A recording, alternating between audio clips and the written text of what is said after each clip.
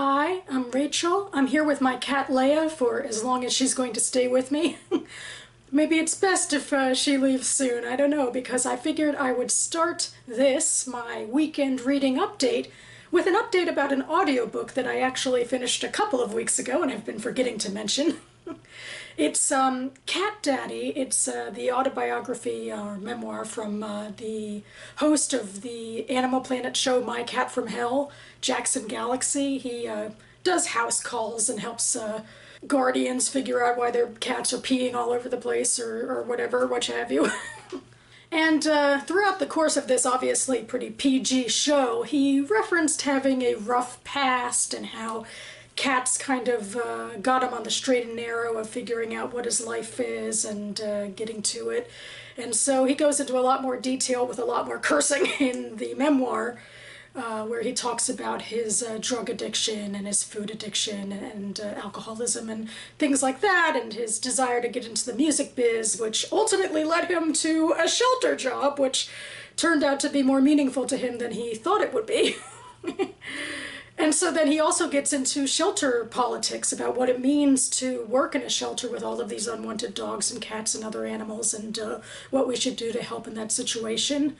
And he gets into some of the clients that he's had over the years, and he talks a bit like in his own spiritual terms about coming to terms with his life and getting on a better path. But I think what the book is mostly named for, I'll put the subtitle here, is the relationship that he had with a particular cat in his own life named Benny. And there she goes, another cat. And how this cat and he were both sort of had problems like in their lives, and how they sort of healed each other. I mean, it's not really that esoteric or new age or whatever. It's really just more about taking care of a cat and letting a cat into your life, and how that relationship changes a person and is so meaningful, as all pet guardians know. And it was just amazing to hear about that, because he just can tell from how he wrote about the cat that he really gets cats on a deep level and can have a really meaningful relationship with cats. And it's obviously something that the rest of us who love cats want to aspire to as well. So it's probably a niche book, but if it sounds like your thing, then it's out there. Another audiobook I just finished this weekend is the first in the Broken Earth series. It's called The Fifth Season by N.K. Jemisin. Just recently, her second book, The Obelisk Gate, won the Hugo. I believe this one might have as well. And The Stone Sky just came out. And there's news of an adaptation on TNT on the rise. Lots of great stuff happening here.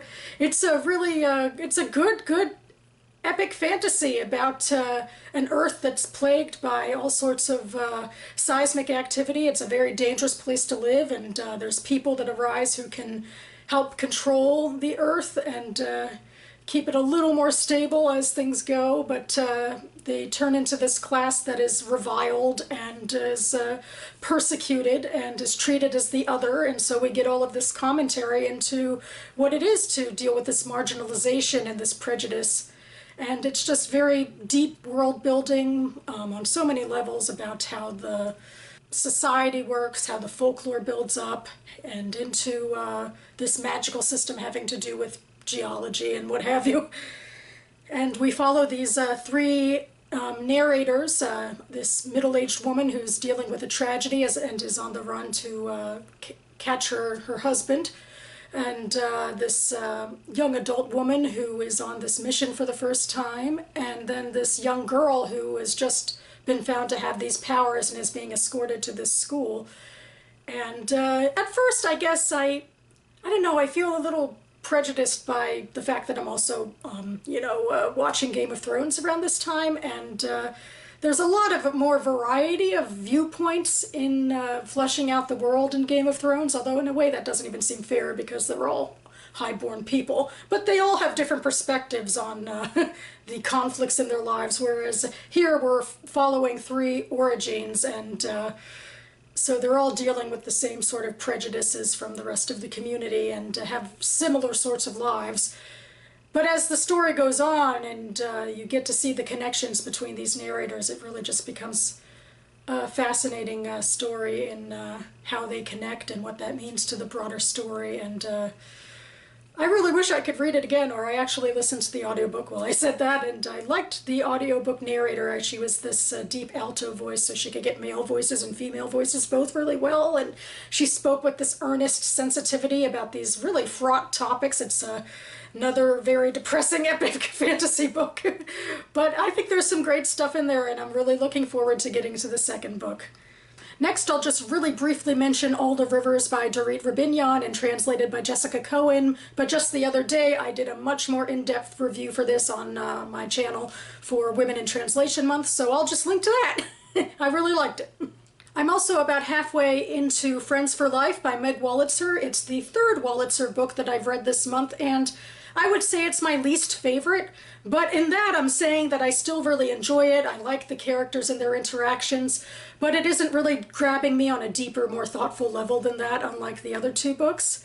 But I'm hoping to finish it within the next few days, and next week I will be doing a 3-part review on these 3 books as part of my Wolitzer backlist project, so expect to hear from me then. Thought I'd now skip into what I plan to read next. This one's a little bit of a surprise to me, but it is An Unrestored Woman by Shoba Rao. I mean, when I say a surprise to me, it's not like somebody took over my brain and decided this, but I wasn't expecting to read this because I'm reading it as part of the Eric and Anna book club. And I'll link to the last video I did for that book club, which I did because I was going to read that book anyway. I wasn't planning on picking up other books that they were putting on their list of to reads throughout the rest of the year. But I enjoyed being part of that last conversation so much, and so many of the other books sounded interesting to me that I thought I should just give it a go. So I'm hoping that I don't miss the next discussion, depending on when Anna and Eric put up their own video. I hope to get up mine beforehand, so I'll be getting to this next. Just hoping for the best. And I'll explain a little bit about what this is about. It's a short story collection. I'll explain from the flap. 1947. The Indian subcontinent is partitioned into 2 separate countries, India and Pakistan. And with one decree, countless lives are changed forever. An unrestored woman explores the fault lines in this mass displacement of humanity. A new mother is trapped on the wrong side of the border. A soldier finds the love of his life but is powerless to act on his feelings. An ambitious servant seduces both master and mistress. A young prostitute quietly and inexorably plots revenge on a madman who holds her hostage. Caught in a world of shifting borders, Rao's characters have reached their tipping points. In paired stories that hail from India and Pakistan to the United States, Italy, and England, we witness the ramifications of the violent uprooting of families, the price they pay over generations, and the uncanny relevance these stories have to our world today. So yeah, this is another one where I'm saying expect a review from me sometime soon.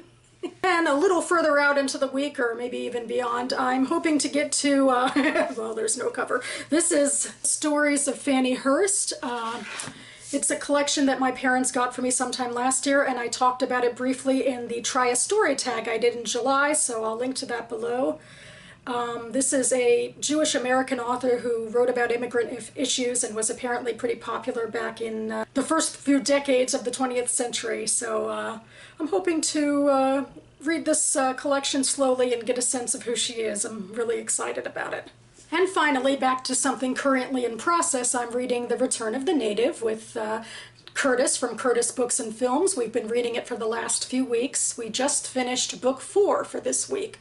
And as of now, we have like book 5 and book 6 left, but book 6 is pretty short, so I think we're going to do a 2-for-1 and hopefully finish this up by next week. I hope. I've always been running a little late with my readings, so we'll see how this goes. Anyway, I think in my last update video, I spoiled a lot of what was going on, so I'll try not to do that so much, but things are heating up for these characters who are in dramatic romantic situations, and Eustatia's husband, Clem, who already had an outlook on life and a job prospect that she didn't really like. It gets even worse now because he's reading so much that his eyesight is going, and then he takes on the job as a laborer just to make ends meet while his eyes get better from their affliction. So here we have a picture of her husband Clem working in the heath as a laborer, and she's standing behind him going, this is not what I signed up for.